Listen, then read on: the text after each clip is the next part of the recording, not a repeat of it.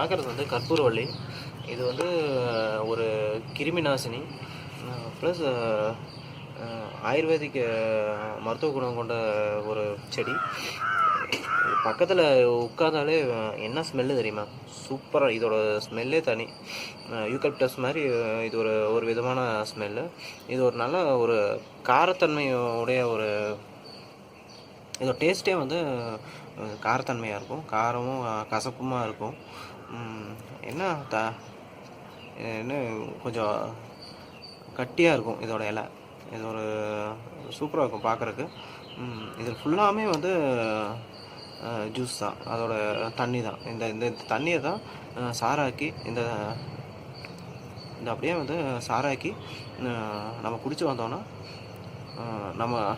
நம்மக்கிட்ட இருக்கிற உடம்புல இருக்கிற சளி எல்லாமே போயிடும். இது அவ்வளவும் மகத்துவமானது. இது அப்படியே சாப்பிடலாம், பட் கசப்பு இருக்குது. ட்ரை பண்ணி பாருங்கள், ரொம்ப நல்லது உடம்புக்கு.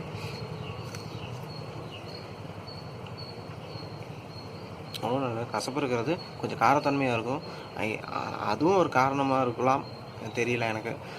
கற்பூரவள்ளி அப்படின்னு பேர் வந்ததும் கூட சூப்பராக இருக்குது.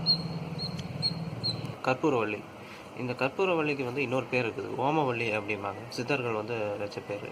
ஒவ்வொரு இடத்துல கற்பூரவள்ளின்னு சொல்லுவாங்க, இன்னொரு இடத்துல ஓமவள்ளி அப்படிம்பாங்க. இந்த கற்பூரவள்ளி வந்து எப்படின்னா, ஆலுவேரா எப்படி உங்களுக்கு வந்து சூட்டை தணிக்கிறதுனோ, இது வந்து நமக்கு நம்ம உடம்புல இருக்கிற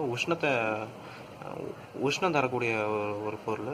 இதுவும் சரி, துளசியும் சரி, இது ரெண்டுமே வந்து முன்னாடியெல்லாம் என்னென்னா, ஒரு 10 வருஷம் முன்னாடி நம்ம வீட்டுக்கு முன்னாடி நிறையா வந்து இடம் இருந்தது. இடத்துல துளசி செடி கூட இந்த கற்பூரவள்ளியும் வச்சு வந்தாங்க. அது ரீசன் ஏன்னா, கற்பூரவள்ளி அப்படிங்கிறது வந்து ஒரு கிருமி நாசினி. ப்ளஸ் அது என்ன செய்யும்னா, விஷப்பூச்சிகள்னால நமக்கு எந்த பாதிப்பும் அடையாத மாதிரி இது நம்மளை பாதுகாக்கும். அதனால இது வந்து ஒரு நல்ல விஷக்கொல்லியாக இருக்குது. ப்ளஸ் இதை வந்து தோட்டத்தில் தென்னை மரம்லாம் வச்சுருக்கிறவங்க வந்து மோஸ்ட்லி இதை வளர்த்து வருவாங்க. தென்னை மரத்தை சுற்றி அவங்க அதை எதுக்கு பண்ணுறாங்கன்னா, வண்டு பூச்சி அந்த மாதிரி விஷயங்கள்னால தென்னை மரம் பட்டு போகிறதுக்கு சான்ஸ் இருக்குது. அதுலேருந்து பாதிப்படையாமல் இருக்கிறதுக்கு வந்து இந்த கற்பூரவள்ளியை வந்து வளர்த்து வருவாங்க. கற்பூரவள்ளி வந்து மெயினாக நமக்கு எதுக்கு யூஸ் ஆகுது, எந்த விதத்தில் யூஸ் ஆகுது அப்படின்னா, இது வந்து குழந்தைகள்லேருந்து பெரியவங்க வரைக்கும் இந்த கிளைமேட்டை சேஞ்ச் ஆகும்போது, இப்போ வந்து வெயில் காலத்துலேருந்து அப்படியே குளிர் காலம் வரும்போது, அந்த டைமில் என்ன ஆகும்னா, நமக்கு வந்து சளி, இருமல், தொண்டைவலி, தலைவலி ப்ளஸ் காய்ச்சல் அந்த மாதிரி எல்லாம் வரும். இந்த சளி இருமல் வந்துச்சுனாலே உங்களுக்கு வந்து ஆட்டோமேட்டிக்காக காய்ச்சல் வரும். அந்த ப்ராப்ளத்துக்கு ரெக்டிஃபை ஆகணும்னா அது ஏன் வருது அப்படின்னா வந்து, பனிக்காலத்தில் வந்து தலையில் வந்து நீர் இறங்கும்போது தான் உங்களுக்கு வந்து இந்த மாதிரி இருமல், தலைவலி ப்ளஸ் ஜலதோஷம் அந்த மாதிரியெல்லாம் அஃபெக்ட் ஆகுது. அந்த விதத்துலேருந்து நம்ம பாதுகாக்கிறதுக்கு வந்து இந்த கற்பூரவள்ளியை வந்து அரைச்சி அதோட சாறு எடுத்து குடித்தோன்னா, இது என்ன ஆகுதுன்னா, உடம்பு வந்து இது ஒரு ஹீட் கண்டென்ட்டு. ப்ளஸ் உடம்புல வந்து நமக்கு வந்து ஒரு உஷ்ணத்தை ஏற்றி விடுது. உடம்புல உஷ்ணத்தை ஏற்றி விடும்போது உங்களோட சளி ஆட்டோமேட்டிக்காக வந்து சளிக்கு ஒரு பெஸ்ட்டு சொல்யூஷனாக இருக்கும். நம்ம குழந்தைகளுக்கெல்லாம் சளி பிடிச்சதுன்னா டேப்லெட்ஸ் வாங்கி கொடுக்குறதுக்கு பதிலாக இந்த மாதிரி பண்ணால் இது ஒரு நல்ல ஒரு சொல்யூஷனாக இருக்கும். இதோட சாரை வந்து புழிஞ்சு நம்ம குடிச்சு வந்தோன்னா நெஞ்சு சளி, காச நோய் அப்படின்னு சொல்லுவாங்க, டியூபர்குலோசிஸ், அந்த நோய்க்கு வந்து இது அருமருந்தாக பயன்படுது. ப்ளஸ் ஆஸ்துமா கம்ப்ளைண்ட் இருக்கிறவங்களும் இதோட சாறு எடுத்து ரெகுலராக குடிச்சு வந்தாங்கன்னா அவங்களுக்கு வந்து இது ஒரு நல்ல ஒரு சொல்யூஷனாக இருக்குது.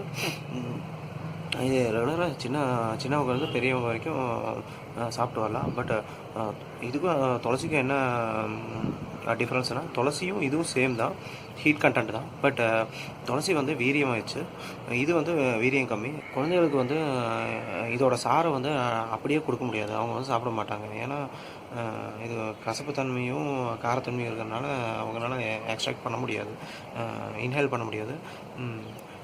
அதுக்கு என்ன பண்ணணுன்னா, அதில் கொஞ்சம் தேன் கலந்து மிக்ஸ் பண்ணி கொடுங்க, அதுவும் நல்லாயிருக்கும். இல்லைன்னா பனங்கருப்பட்டியை இதை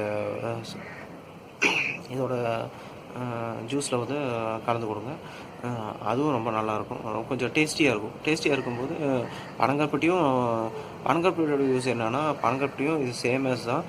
உங்களோட நெஞ்சு சளி, கவக்கட்டு இந்த மாதிரி இருக்கிறத வந்து போக்க வல்லது தான் பனங்கல்கண்டு. பனங்கல்கண்டு வந்து இதுவும் சேம் அதே தான். இப்போ இது ரெண்டையுமே மிக்ஸ் பண்ணி கொடுக்குறதுல ஒரு தப்பு இல்லை. தேனும் அதே மாதிரி. இது எப்படி வளர்த்துதுன்னா, எங்கேயாவது யார் வீட்லையாவது இருந்ததுன்னா நீட்டாக அதோட தண்டை மட்டும் கட் பண்ணி எடுத்துகிட்டு கொண்டு வந்து ஏதாவது சின்ன தொட்டியில்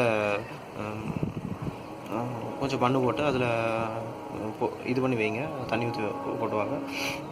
அது தானாக வளர்ந்துடும், தண்டுலையும் வளரும். செடியாகவே வேணும்னு ஒன்றும் இல்லை. ஆக்சுவலி நாங்களும் அப்படி தான் பண்ணியிருக்கிறோம். ஒரு சின்ன பெயிண்ட் டப்பாவில் செட் பண்ணி வச்சோம், அது நீட்டாக வளர்ந்து நிற்கிது. ஒரு இன்ஃபர்மேஷன் பாஸ் பண்ணணும்னு நினச்சேன். என்னென்னா, பொண்ணுகளுக்காக இருக்கட்டும் பசங்களுக்காகட்டும், இருமல் வந்துச்சுன்னா அதை அப்போவே க்யூர் பண்ண பாருங்கள். கண்டினியூவாக வந்து நம்ம இருமிட்டு இருக்கிறனால வந்து பல சைட் எஃபெக்ட்ஸ் வரும். உதாரணத்துக்கு வந்து என்னென்னா, சின்ன வயசுல எல்லாம் நம்ம ஒரு இடத்துக்கு நம்ம போகும்போது நமக்கு யூரின் வந்துச்சுன்னா நம்ம வந்து கண்ட்ரோல் பண்ணுவோம். அதை ஒரு மணி நேரத்துக்கு மேலேயாவது நம்ம கண்ட்ரோல் பண்ணுவோம், நம்மளுக்கு அந்த கெப்பாசிட்டி இருக்கும். பட் ஒரு ஏஜ் ஆகும்போது இந்த கண்டினியூஸாக நம்ம இருமல் வரனாலே எனக்கு தெரியல, பட் நிறைய பேர் பெண்கள் அதிகமாக பாதிக்கப்படுறாங்க. ரீசனானது யூரின் டேங்க் வந்து நம்மளால் கண்ட்ரோல் பண்ண முடியாது. இப்போது யூரின் வந்துச்சுன்னா ஒரு 45-50 ஏஜ் இருக்கிறவங்களுக்கு வந்து யூரின் வந்துச்சுன்னா அப்போயே போகணும், இல்லைன்னா அது கையோட காலோட போகும்.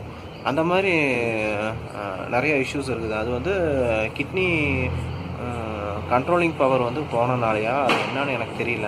அது நீங்கள் வந்து கூகுளில் சர்ச் பண்ணி பாருங்கள். ஏதாச்சும் இன்ஃபர்மேஷன் அது ரிகார்டிங் தெரிஞ்சதுன்னா எனக்கு பாஸ் பண்ணுங்கள். நான் அது கேள்விப்பட்டிருக்கிறேன். இது வந்து என்ன சொல்கிறதுனா, இருமல் கண்டினியூஸாக இந்த மாதிரி இருமலெல்லாம் வந்துச்சுன்னா அதை வந்து கேர் எடுக்காமல் இருந்ததுனால நிறையா சைட் எஃபெக்ட்ஸ் இந்த மாதிரி வந்திருக்குது. அது கேள்விப்பட்டனால நான் சொல்கிறேன். பட் அது என்ன, அதோட காசு என்ன எதனால் அந்த அப்படியெல்லாம் ஆகுதுன்னு தெரியல. உங்களுக்கு ஏதாச்சும் அதை பற்றி ஏதாச்சும் இன்ஃபர்மேஷன் தெரிஞ்சதுன்னா ஜஸ்ட் எனக்கு கமெண்ட் பண்ணுங்கள். இது ரொம்பவும் நல்லது. உங்கள் வீட்லேயும் எல்லாருக்கும் தெரியும். ஒரு ஜஸ்ட் இன்ஃபர்மேஷன் நான் ரினியூ பண்ணுறதா நினச்சிக்கோங்க. தேங்க்யூ.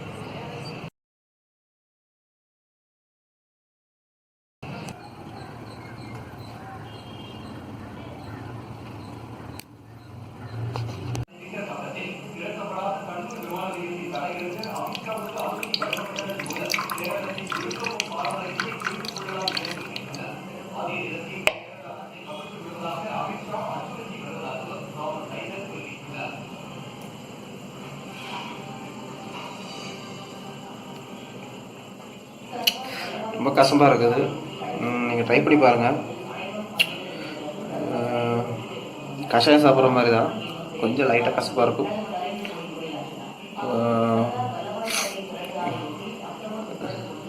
சளியெல்லாம் இருந்ததுன்னா போகும். நெஞ்சு சளியெல்லாம் இருந்ததுன்னா இது சின்னவங்கலேருந்து பெரியவங்க வரைக்கும் சாப்பிட்லாம், ரொம்ப நல்லது. சாப்பிட்டு பாருங்கள்.